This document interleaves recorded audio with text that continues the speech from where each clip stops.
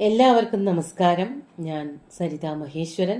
ഇന്ന് ശ്രീകൃഷ്ണവിലാസ മഹാകാവ്യത്തിന്റെ 5-ാമത്തെ സർഗത്തിലെ 101ഉം 102ഉം ശ്ലോകങ്ങളാണ് നമ്മൾ പഠിക്കാൻ പോണത്. 2 ശ്ലോകങ്ങളിലും ഉപജാതി വൃത്തം തന്നെയാണ് കവി ഉപയോഗിച്ചിരിക്കുന്നത്. കാളിയൻ ഭഗവാനെ സ്തുതിക്കാൻ പുറപ്പെട്ടു എന്ന് പറഞ്ഞിട്ടാണല്ലോ കഴിഞ്ഞ ദിവസം നിർത്തിയത്.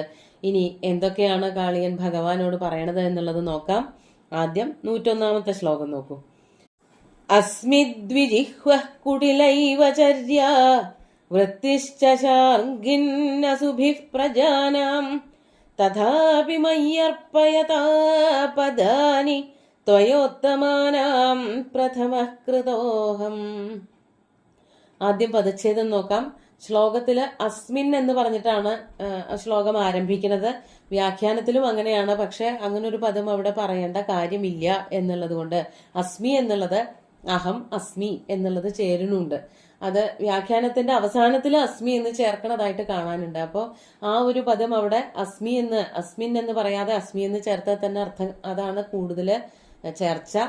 അസ്മിൻ ആവശ്യമില്ല. അതുകൊണ്ട് അങ്ങനെ തന്നെ അർത്ഥം പറയാനാണ് ശ്രമിക്കുന്നത്.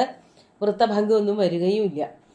അസ്മി ദ്വിജിഹ്വ കുടില ഏവ ചര്യാ വൃത്തി ച ശാർഗിൻ അസുഭി പ്രജാനാം തഥാ അഭി മയി അർപ്പയതാ പദാനി ത്വയാ ഉത്തമാനാം പ്രഥമ കൃത അഹം.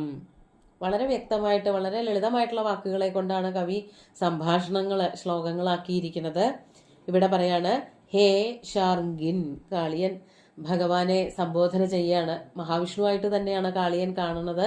അതാണ് ശാർഗിൻ എന്ന് വിളിച്ചത്. ശാർഗം ധനുസ്സായിട്ടുള്ളവനെ ശാർഗം ഉപയോഗിക്കുന്ന ഭഗവാൻ മഹാവിഷ്ണു. അങ്ങേക്കറിയാലോ. ഹേ ശാർഗിൻ അഹം ദ്വിജിഹ്വ. ഞാൻ ആരാണ്? ഞാൻ ദ്വിജിഹ്വനാണ്. ദ്വിജിഹ്വ എന്ന് പറഞ്ഞാല് 2 നാവുള്ളവൻ എന്ന് വാക്കിനർത്ഥം. പാമ്പ് എന്ന് അത് രൂഢമായിട്ടുള്ള അർത്ഥം വരുന്നുണ്ട്. 2 നാവുള്ളവര് എന്നും അതുപോലെ തന്നെ ഏഷണി പറഞ്ഞ് നടക്കുന്നവരെയൊക്കെ ദ്വിജിഹ്വന്മാരെന്ന് പറയും. ഇവിടെ ഒന്ന് പറയാ, അപ്പുറത്ത് പോയിട്ട് വേറെ ഒന്ന് പറയാ. അങ്ങനെ നടക്കണവരെയും ദ്വിജിഹ്വന്മാരെന്ന് പറയും. അവരുടെ സ്വഭാവവും പാമ്പിന്റെ സ്വഭാവവും ഒരുപോലെയായിട്ടും കൽപ്പിക്കാറുണ്ട്. അപ്പോൾ ആ അർത്ഥം ഇവിടെ പറയാൻ പറ്റും. അപ്പോൾ പാമ്പ് എന്നുള്ള നിലയ്ക്കാണ് ആ പക്ഷത്തിലുള്ള അർത്ഥമാണ് ആദ്യം പറയണത്. ദ്വിജിഹ്വനായിട്ടുള്ള പാമ്പായിട്ടുള്ള ഈ ഞാൻ, എൻ്റെ സ്വഭാവം എന്താണ്? ഞാൻ ചര്യ കുടിലായേവ. എൻ്റെ ചര്യ, എൻ്റെ ജീവിതം അല്ലെങ്കിൽ എൻ്റെ പോക്ക് എപ്പോഴും എങ്ങനെയാണ്? കുടിലമാണ്. കുടിലം എന്ന് പറഞ്ഞാൽ വളഞ്ഞു പൊളഞ്ഞുകൊണ്ട്. പാമ്പ് ഒരിക്കലും നേരെ പോവാറില്ലേ, കുറച്ച് ദൂരമൊക്കെ പോവുമായിരിക്കും. പിന്നെ പാമ്പിന് സഞ്ചരിക്കാൻ ഏറ്റവും സുഖം ഇങ്ങനെ വളഞ്ഞു തിരിഞ്ഞു പോവാനാണ്. അപ്പോൾ എൻ്റെ ഗതി എന്ന് പറയണത്, എൻ്റെ സഞ്ചാരം എന്ന് പറയുന്നത് കുടിലമാണ്, വളഞ്ഞു തിരിഞ്ഞുകൊണ്ടാണ്. മാത്രല്ല പ്രജാനാം അസുഭി വൃത്തിശ്ച. പ്രജാനാം അസുഭി, പ്രജകളുടെ, മനുഷ്യരുടെ അല്ലെങ്കിൽ ജീവജാലങ്ങളുടെ അർത്ഥം എടുക്കാം. ഇവിടെ പ്രജ എന്ന് പറഞ്ഞാൽ മനുഷ്യരെന്ന് തന്നെ അർത്ഥമുള്ളൂവെങ്കിലും എല്ലാവരെയും. പാമ്പിന്റെ ഒരു പൊതു സ്വഭാവം എന്താണ്? പ്രജാനാം അസുഭി.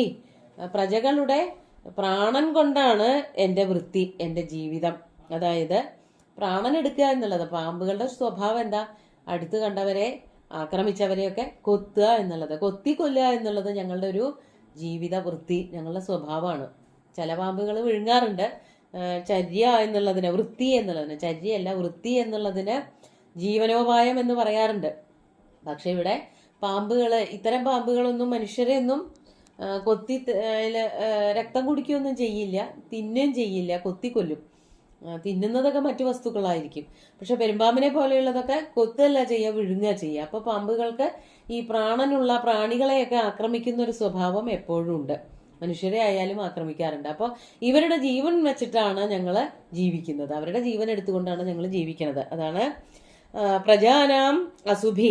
പ്രജകളുടെ അസു എന്ന് പറഞ്ഞാൽ പ്രാണങ്ങളാണ്. ഒന്ന് ചില ഏകവചനത്തിൽ പറയാറില്ല, പഞ്ചപ്രാണങ്ങളാണ്. അപ്പൊ ഈ ഒരു കൊത്തില് 5 പ്രാണനുകളും എടുത്തുകൊണ്ട് പോവുകയാണ് പതിവ്. കൊല്ലുകയാണ് ഞങ്ങളുടെ ശീലം. അപ്പോൾ നിവൃത്തിയില്ല, ശീലം കൊണ്ട് ചെയ്തു പോണതാണ് പലതും. അതാണ് അസുഭി. പ്രജാനാം അസുഭി വൃത്തിശ്ച. അങ്ങനെയാണ് ഞങ്ങളുടെ ജീവിതം ഞങ്ങൾ മുമ്പാക്കം കൊണ്ടുപോവാറുള്ളത്. പക്ഷേ അങ്ങനെയൊക്കെ ആണെങ്കിലും ഞാനതൊക്കെ തന്നെയാണ് ഇതുവരെ ചെയ്തിരുന്നതെങ്കിലും അങ്ങയോടും ഞാൻ അങ്ങനെ തന്നെയാണ് ചെയ്തത് എങ്കിൽ പോലും അങ്ങ് എന്താണ് ചെയ്തത്? തഥാപി, അങ്ങനെയൊക്കെയാണ് എങ്കിൽ പോലും മയി പദാനി അർപ്പയതാ ത്വയാ മയി എന്നിൽ. പദാനി കാല് അല്ലെങ്കിൽ ചവിട്ടുകൾ തന്നൂല എനിക്ക്, പാദത്തിന്റെ സ്പർശങ്ങൾ ഉണ്ടായി, അതാണ് പദാനി. പദാനി ബഹുവചനം ഉദ്ദേശിച്ചത് കാലുകൊണ്ടുള്ള ചവിട്ടുകളെയാണ് ഉദ്ദേശിച്ചത്. അങ്ങനെ മർദ്ദനം, കാളിയ മർദ്ദനമാണല്ലോ നടത്തിയത്. ആ സ്പർശങ്ങളെ കൊണ്ട് അർപ്പയതാ ത്വയ, അങ്ങനെ സ്പർശനം അർപ്പിച്ചവനായ അങ്ങയാൽ, അർപ്പയതാ ത്വയ ഉത്തമാനാം പ്രഥമ അഹം കൃതഃ. അങ്ങനെ ചെയ്തത് കൊണ്ട് ഞാൻ ആരായി തീർന്നു? ശ്രേഷ്ഠന്മാരിൽ വെച്ച് ശ്രേഷ്ഠനായി തീർന്നു. അതാണ് ഉത്തമാനാം പ്രഥമ, ഉത്തമന്മാരിൽ വെച്ച് ഒന്നാമനായിട്ട് എണ്ണേണ്ടവനായി തീർന്നു.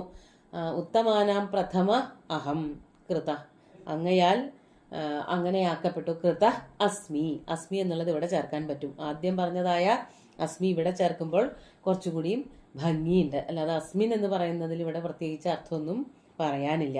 ഉത്തമാനാം പ്രഥമ അഹം കൃത അസ്മി, ഉത്തമന്മാരിൽ വെച്ച് ശ്രേഷ്ഠന്മാരിൽ വെച്ച് ഏറ്റവും ശ്രേഷ്ഠനാക്കി തീർക്കുകയാണ് അങ്ങ് എന്നെ ചെയ്തത്. എന്നെ ചവിട്ടിയതോടു കൂടിയിട്ട്, ഭഗവാന്റെ പാദസ്പർശമേറ്റതോടു കൂടിയിട്ട് ഞാൻ നല്ലവനായി തീർന്നു. എൻ്റെ എല്ലാ ദുസ്വഭാവങ്ങളും ദുസ്വത്വങ്ങളും ഒക്കെ മാറി ഞാൻ നല്ലവനായി. ഭഗവാനെ അങ്ങയുടെ പാദസ്പർശം കൊണ്ടാണ് ഞാൻ ഇങ്ങനെ നല്ലവനായി തീർന്നത് എന്നാണ് കാളിയൻ ഭഗവാനോട് ആദ്യമായിട്ട് പറഞ്ഞത്. ഞാൻ ചെയ്തതൊക്കെ എൻ്റെ ജാത്യാവുള്ള സ്വഭാവങ്ങളാണ്, അതായത് കുടിലമായിട്ടുള്ള ചാരണം, അതുപോലെ തന്നെ പ്രാണങ്ങൾ എടുക്കുക എന്നുള്ളതൊക്കെ. ഇത് പാമ്പിന്റെ സ്വഭാവമായിട്ട് പറഞ്ഞു. ഇതുപോലെ തന്നെയാണ് ഏഷണി പറഞ്ഞു നടക്കുന്ന ആൾക്കാര്. അവര് കുടിലമാണ് അവരുടെ ചര്യകൾ എന്ന് പറഞ്ഞാല് അവരൊരിക്കലും നേരെ വാ നേരെ പോ എന്നുള്ളൊരു മട്ടിൽ ജീവിക്കാറില്ല. നേരെ നിന്നാൽ വളരെ മാന്യന്മാരായിട്ടൊക്കെ തോന്നുമെങ്കിലും അവർ ശരിക്കും മഹാകുടിലന്മാരാണ്. പിന്നുകൂടെ നടന്ന് ഓരോരുത്തരുടെ കുറ്റവും പറഞ്ഞ് അവരെ കുണ്ടില് ചാടിച്ച് ഓരോരുത്തരെ നശിപ്പിച്ച് അങ്ങനെ നടക്കുന്ന ആൾക്കാരെയും ദ്വിജിഹ്വന്മാര്, സർപ്പങ്ങൾ എന്നൊക്കെ പറയും. അങ്ങനെയുള്ളവരാണ്. അങ്ങനെയുള്ള അർത്ഥത്തിലും ഇവിടെ വ്യാഖ്യാനിക്കാം. മാത്രമല്ല ഇങ്ങനെ നടന്ന് നടന്ന് അവരെന്ത് ചെയ്യും? പ്രജകളുടെ, മനുഷ്യരുടെ, അതായത് ആരെയാണോ നശിപ്പിക്കാൻ അവർ ഉദ്ദേശിക്കുന്നത് അവരെ നശിപ്പിക്കുകയും ചെയ്യും. അതാണ് പ്രജാനാം അസുഭി വൃത്തിശ്ച, പ്രജകളുടെ പ്രാണൻ എടുത്തുകൊണ്ടാണ് ഈ ദ്വിജിഹ്വന്മാര് സഞ്ചരിക്കുക, ഈ ഏഷണിക്കാര്. അങ്ങനെ കൂടുതലായിട്ട് കേട്ടാൽ, കുറ്റം കേട്ടാൽ ചിലപ്പോൾ സഹിക്കാൻ പറ്റാത്ത ആൾക്കാർ തന്നെത്താൻ മരിച്ചു പോവാറുണ്ട്, ആത്മഹത്യയൊക്കെ ചെയ്യാറുണ്ട്. അപ്പോൾ ആ ഒരു സ്വഭാവം പാമ്പുകൾക്കുണ്ട് എന്ന് പറയാൻ വേണ്ടിയിട്ടാണ് സർപ്പകന്മാർ അഥവാ ഏഷണിക്കാരായിട്ടുള്ള മനുഷ്യരും പാമ്പുകളും ഒരുപോലെ തന്നെയാണ്. അവർ വക്രമായിട്ടുള്ള ഗതിയുള്ളവരും മറ്റുള്ളവരെ ആക്രമിക്കുകയും ചിലപ്പോൾ കൊല്ലാൻ പ്രേരിപ്പിക്കുക, ആത്മഹത്യ ചെയ്യാൻ വേണ്ടിയൊക്കെ പ്രേരിപ്പിക്കുന്നവരുമാണ്. പാമ്പാണെങ്കിൽ കൊത്തി കൊല്ലുകയും ചെയ്യും. അതാണ് ഇവിടെ പറഞ്ഞത്. എന്നിട്ട് അടുത്ത ശ്ലോകത്തിൽ കാളിയൻ പറയാണ്, ന വിദ്യതേ നാഥ ജഗത്രയേസ്മിൻ മയാ സമഃ കശ്ചന ഭാഗധേയി മനീഷിഭിഃ പുണ്യശതേന ദൃശ്യം യത്വാമിഹാവൈക്ഷിഷി ദുഷ്കൃതേന. ആദ്യം പദച്ഛേദം നോക്കാം. ന വിദ്യതേ നാഥ ജഗത്രയേ അസ്മിൻ മയാ സമഃ കശ്ചന ഭാഗധേയി മനീഷിഭി പുണ്യശതേന ദൃശ്യം യത് ത്വാം ഇഹ അവൈക്ഷിഷി ദുഷ്കൃതേന. എന്നിട്ട് കാളിയൻ പറയാണ്, അങ്ങനെയൊക്കെ ആണെങ്കിൽ പോലും ഞാൻ ആ പാമ്പുകളിൽ വെച്ച് ഏറ്റവും കഠിന സ്വഭാവമുള്ളവനായ, തീക്ഷ്ണ സ്വഭാവമുള്ളവനായിട്ടുള്ള ഒരു പാമ്പായിരുന്നു. പക്ഷെ ഞാനിപ്പോ ആകെ മാറി, ഭഗവാന്റെ സ്പർശം കൊണ്ട് മാറിയിട്ട് ഞാൻ എന്തായി തീർന്നു? ഭഗവാനെ സ്തുതിക്കാൻ തക്കവണ്ണം അത്രയ്ക്ക് നല്ലവനായി തീർന്നു, ഞാൻ നന്നായി തീർന്നു. മാത്രമല്ല എന്നെ പോലെ ഏറ്റവും ഭാഗ്യം ചെയ്തിട്ടുള്ള ഒരാള് ഉണ്ടാവുകയുമില്ല. അതാണ് പറയണത്. ഹേ നാഥ, ഭഗവാനെ ശ്രീകൃഷ്ണ, മഹാവിഷ്ണു, ഭഗവാൻ മഹാവിഷ്ണു, ജഗത്രയേ അസ്മിൻ, ഈ 3 ലോകത്തിലും വച്ച്, ജഗത് ത്രയം 3 ലോകത്തിലും വെച്ച്, അസ്മിൻ ജഗത്രയേ അങ്ങനെ പറയണം, അസ്മിൻ എന്നുള്ളത് ആദ്യം പറയണം. ഈ 3 ഉലകത്തിൽ വെച്ച് മയാസമ, എന്നോട് തുല്യനായിട്ട്, എന്നെ പോലെ എനിക്ക് തുല്യനായിട്ട്, കശ്ചന ഭാഗധേയി ന വിദ്യതേ, ഒരു ഭാഗധേയി, ഭാഗധേയി എന്നുള്ളതിന് ഭാഗ്യവാൻ എന്നർത്ഥം. എന്നോളം ഭാഗ്യം ചെയ്തിട്ടുള്ള ഒരാള് ഈ 3 ലോകത്തിൽ എവിടെ പോയി നോക്കിയാലും അങ്ങേക്ക് കാണാൻ സാധിക്കുകയില്ല. മയാസമ കശ്ചന ഭാഗധേയി ന വിദ്യതേ, ഇല്ല തന്നെ, എവിടെയും കാണാനില്ല. എന്തുകൊണ്ട്? അതിന് കാരണം പറയാണ്, യത് എന്തുകൊണ്ടാണ് ഞാനിത് പറയണത് എന്നാണെങ്കിൽ, പുണ്യശതേന മനീഷിഭി ദൃശ്യം ത്വാം, മനീഷിഭി ദൃശ്യം ത്വാം, മനീഷികളാൽ കാണപ്പെടുന്നവനായ അങ്ങയെ, മനീഷികളാൽ കാണപ്പെടുന്നവനായ അങ്ങ്. അതായത് എത്രയോ പണ്ഡിതന്മാരായിട്ടുള്ള ആൾക്കാര് എത്രയോ പുണ്യം ചെയ്തിട്ട് എത്രയോ കാലങ്ങളെ കൊണ്ട് മാത്രം കാണാൻ പറ്റുന്ന ഒരാളാണ് അങ്ങ്. വെറുതെ മനീഷിയായതുകൊണ്ട് മാത്രം കാര്യമില്ല. എന്തുകൂടി വേണം? പുണ്യശതങ്ങൾ കൂടി വേണം. 100 കണക്കിന് പുണ്യം ചെയ്യണം, എത്രയോ ജന്മങ്ങൾ എടുക്കണം, അതുപോലെ തന്നെ പണ്ഡിതനാവണം, കാര്യങ്ങൾ മനസ്സിലാക്കണം, തത്വാവബോധമൊക്കെ ഉണ്ടാവണം. അങ്ങനെയൊക്കെയുള്ള ഒരാൾക്ക് മാത്രം എത്രയോ കാലം കൊണ്ട് കാണാൻ സാധിക്കുന്ന ഒരാളെയല്ലേ ഞാനിപ്പോ കാണുന്നത്. അതാണ് മനീഷിഭി പുണ്യശതേന ദൃശ്യം ത്വാം, മനീഷികളാൽ പുണ്യശതം കൊണ്ട് മാത്രം കാണാൻ സാധിക്കുന്നവനായ അങ്ങയെ ഇഹ ദുഷ്കൃതേന അവൈക്ഷിഷി, ദുഷ്കൃതനായ എന്നാൽ കാണപ്പെടുന്നു. ഞാൻ അങ്ങയെ കാണുകയാണ്. ഞാൻ എങ്ങനെയുള്ള ആളാണ്? ഞാൻ ഒരു ചിത്തപ്രവൃത്തികൾ മാത്രം ചെയ്ത് ജീവിക്കുന്ന ഒരാളാണ്. അങ്ങനെയുള്ള എനിക്ക് പണ്ഡിതന്മാരായിട്ട് 100,000 പുണ്യം ചെയ്തിട്ടുള്ള ആൾക്കാർക്ക് മാത്രം കാണാൻ പറ്റുന്ന ഒരാളെ ദുഷ്കൃതങ്ങൾ മാത്രം ചെയ്യുന്ന ഒരാൾക്ക് കാണാൻ പറ്റുക എന്നുള്ളത് ആ ദുഷ്കൃതം ചെയ്ത ആളുടെ ഭാഗ്യമല്ലേ. അതാണ് കാളിയൻ പറയണത്. മറ്റാർക്കും കാണാൻ പറ്റുന്നില്ല.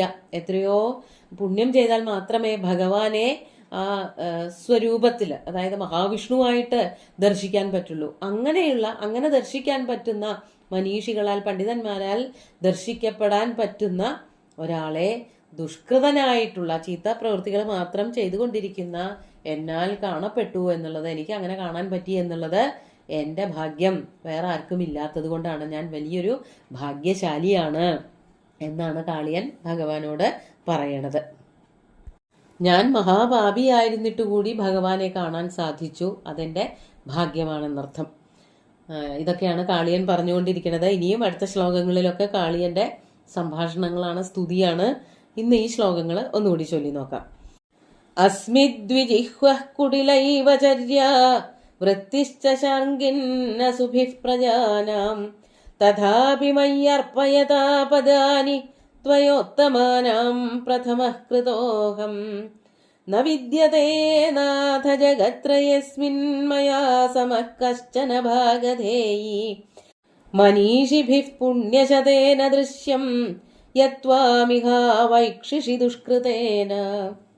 2 ശ്ലോകങ്ങളും വളരെ പ്രാർത്ഥനയാണ്. കാളിയന്റെ വളരെ ദൈന്യത്തോടു കൂടിയിട്ടുള്ള പ്രാർത്ഥനയാണ്.